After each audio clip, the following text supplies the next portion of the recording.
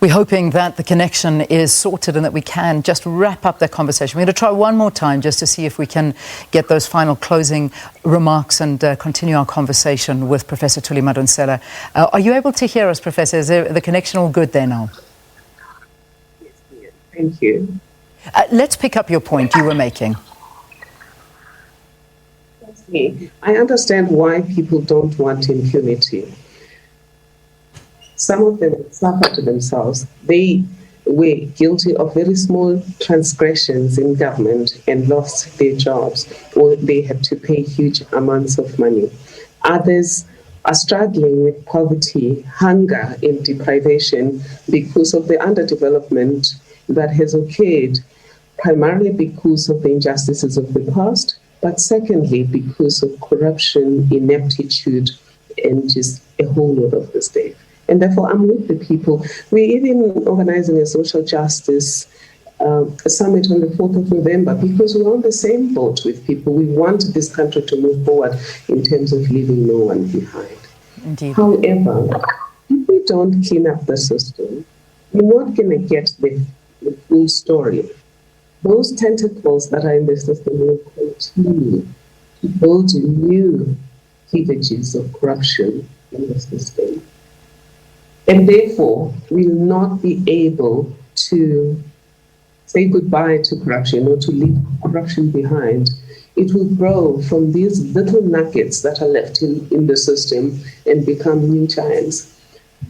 And therefore, to cut this beast that is corruption, including state capture, totally out of the system, we need self-disclosures. The people I'm talking about are not people who have been arrested. They're not people who have been disclosed by other people at the State Capture Commission. It is people that we are asking to self-disclose. And the incentive would be that they will get maybe lesser prison sentences, if any, or maybe a total get out of jail card, but not get out of jail free. There will be accountability, including paying back the money.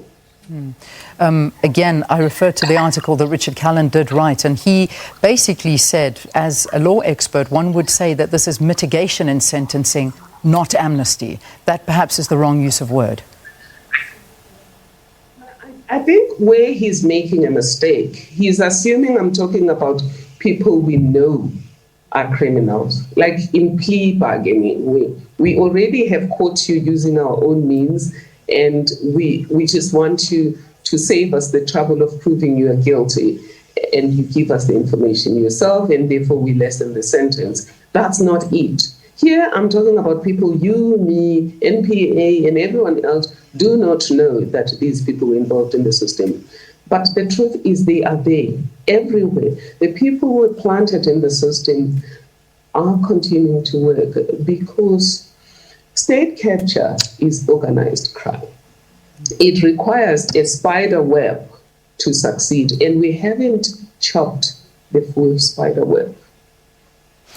Now, you also made a comment that South Africans, and you alluded to it now as well, have to remove unethical people from power and not wait for the corrupt to be found guilty before removing them. Being a legal mind yourself, a question would be asked, what happened to the principle of innocent until proven guilty? The concept of innocent until proven guilty is a criminal concept.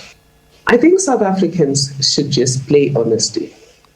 State power is not built on the criminal justice, people. Anybody who gets employed by government subjects themselves to the ethical foundations of the state. And therefore, you can be removed constitutionally and legally for violating the ethical foundations of this country.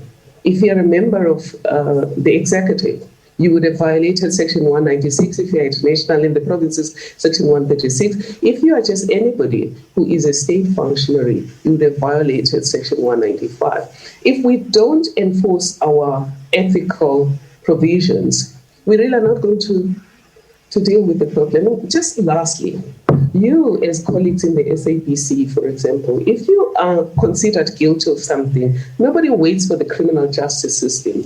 Disciplinary proceedings are instituted against you. And those disciplinary proceedings could include the violation of the ethical code of the organization. And the ethical code of government as an organization is Section 195 of the Constitution. If you are a member of cabinet or a member of the executive, you add to that Section 96. If you're in the province, you add to it Section 136. And in all of the other places, there would be other ethical codes. And it's time that this country enforced its ethical foundations. I really do not understand why we don't want to enforce our ethical provisions. I'm sure. We must. I'm sure many people would like to enforce the ethical provisions that are there, but unfortunately, some people's hands are tied and they're just unable to do so, and that is just the way things work. One of the things that you also have spoken to is suggesting that we adapt the law to the challenges of time so that corrupt leaders don't escape accountability through so-called technicalities. Do you want to elaborate a bit on that? Thank you. And that then deals with the law itself, the criminal justice system. That currently there's just too much technicality around finalizing the process. People take all kinds of technical issues and then eventually there isn't any accountability. And one of the ways I hope we can really improve the situation is better protection of whistleblowers. And an inclusion in that better protection of whistleblowers would be what I refer to as bounty laws, where whistleblowers can be compensated for helping to find people guilty, and they could get a percentage of that money, up to even 40% of it. That would give the state more eyes and ears to find out what's going wrong and make sure that we really corner the people who are undermining the law. But at the end of the day, they're undermining democracy, because democracy is based on trust, it's based on mutual advancement, and a whole lot of people are left behind, primarily because of corruption. Yeah. Prof, before I let you go, just two more issues to talk to, and one that was quite a big one, and that it did cause quite a bit of hurt amongst some people, and it was quite divided when you mentioned unconscious bias, that term unconscious bias, and this was all about the Clicks advert. And I know I am going back a little bit of time, but it's still something quite relevant, and people do speak to it and look at it and say, when we have been living in a democracy for as many years as we have, as a country and as a world, unconscious bias was something like an advert that was completely wrong, is not the way to describe things. Let's again get an understanding of what you meant by unconscious bias, and how is it possible in this day and age that something as simple as the example, a Clicks advert, could be considered unconscious bias, where in all effect that was just plain and simply wrong? Well, with due respect to Clicks and due respect to all of the companies that handled this matter, I do think that this was a case of unconscious bias. It doesn't mean unconscious bias is not racism, sexism, xenophobia, whatever the case. It is whatever it is. But labeling it unconscious recognizes that the person did not seek out to hurt. For example, right now you mentioned, after so many years of democracy, why are these things still happening? After so many years of democracy in America, England, Sweden, and everywhere else in the world, unconscious bias is continuing. And it's the worst form of discrimination you can ever experience in the person, because it's very difficult to call it, because the person perpetuating it doesn't know they're perpetuating it, and they're going to fight and say you are just calling the race card wrongly. They might even get support for it. But just going back to the kids part, between me and you now, let's be honest. When a white woman's hair is damaged, it's called flat, isn't it? Flat. And what is that? It is. But I almost don't even want to go there, because this for me was one of the most insulting adverts that possibly could come about. And when we talk about unconscious, you either had to be, you physically had to be lying unconscious on the floor to approve an advert like that. Firstly, Tresemme does not even offer products for black hair. And when you are showing a picture of flat hair, you show a picture like mine. At the moment, it is flat. It is flat and limp right now. It's not full of body and life. It isn't, and I understand that, but you do not use that photograph. There is nothing unconscious about that. That is, in a way, we can almost call that stupidity. You do not approve something like that. You know it's wrong. Anybody who knows something about this hair product and about the sensitivities in society, you do not put an advert out like that. Sorry to interrupt. I don't know if you want to continue making your point, but I just can't justify it in any way.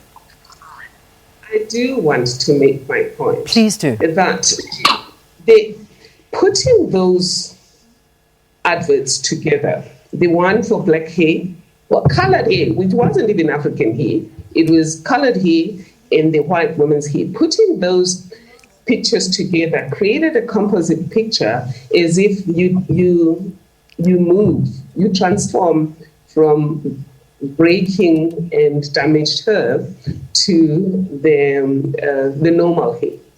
For the white woman's hair, it was fine and flat. Fine and flat is the same thing as breaking and damaged. Fine and flat doesn't mean, and now I'm speaking to the converted, but fine and flat from a white woman's point of view is the same thing as damage and breaking. Then it's normal. The blonde woman on the other side was supposed to transition from the fine and flat to normal when it's been cleaned up. Then by bringing in the colored woman's hair, which was breaking and damaged, and then not having a normal of the same hair, created the problem. And that's why I'm saying it was an unconscious bias, because the same adverts could have been used elsewhere with these women not placed together, the colored woman and the white woman. If they'd been placed in a different place and not in one composite picture, a communication would not have been implied that you transition from the colored woman's hair to the white woman's hair. But I think this conversation should have been heard with hairdressers. And I think it doesn't take away the fact that the implications of the advert show lack of care. And when people talk about Black Lives Matter, they're talking about what you were saying earlier, is that please take care.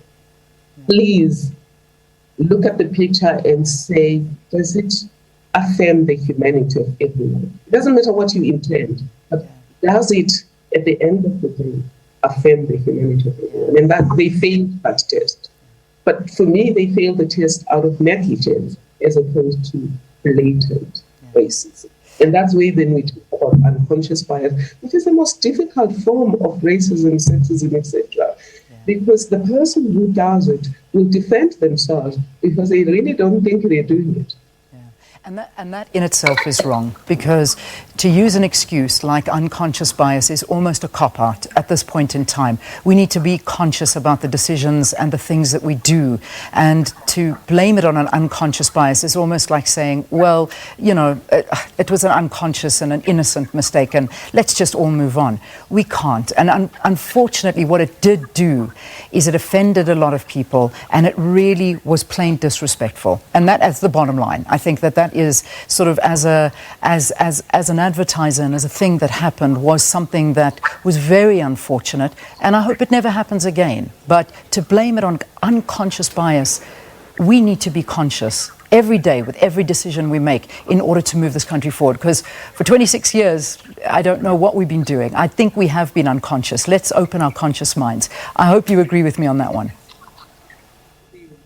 Because me and you are on the same page. When we teach people about unconscious bias, we actually are saying what you're saying is please examine your unarticulated premises. When you do things, please don't act as if you're a robot.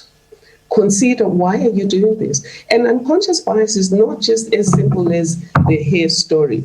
It is about who do we affirm when we advertise, who do we affirm when we hire people, whether as consultants, whether as employees or who do we affirm in our storytelling and things like that. We have to look at everything and ask ourselves, what are the stories beneath the surface that make things look like this? So the whole education of people about unconscious bias is not to give them excuses. It's to say being a good person is not enough. Please always examine your assumptions and the impact of the things you do. In a diverse world, never assume one size fits all. Professor Thuli Madonsela, a pleasure speaking to you. Thanks so much for engaging us, for the open and honest conversation, and also good luck with the sale of your books. I imagine it's in bookstores around the country, Melo's Kingdom. If you want to get out there and get your kiddie a present, that's the way to go. So, Professor, thanks so much again for your time. All right, time now is 8:30.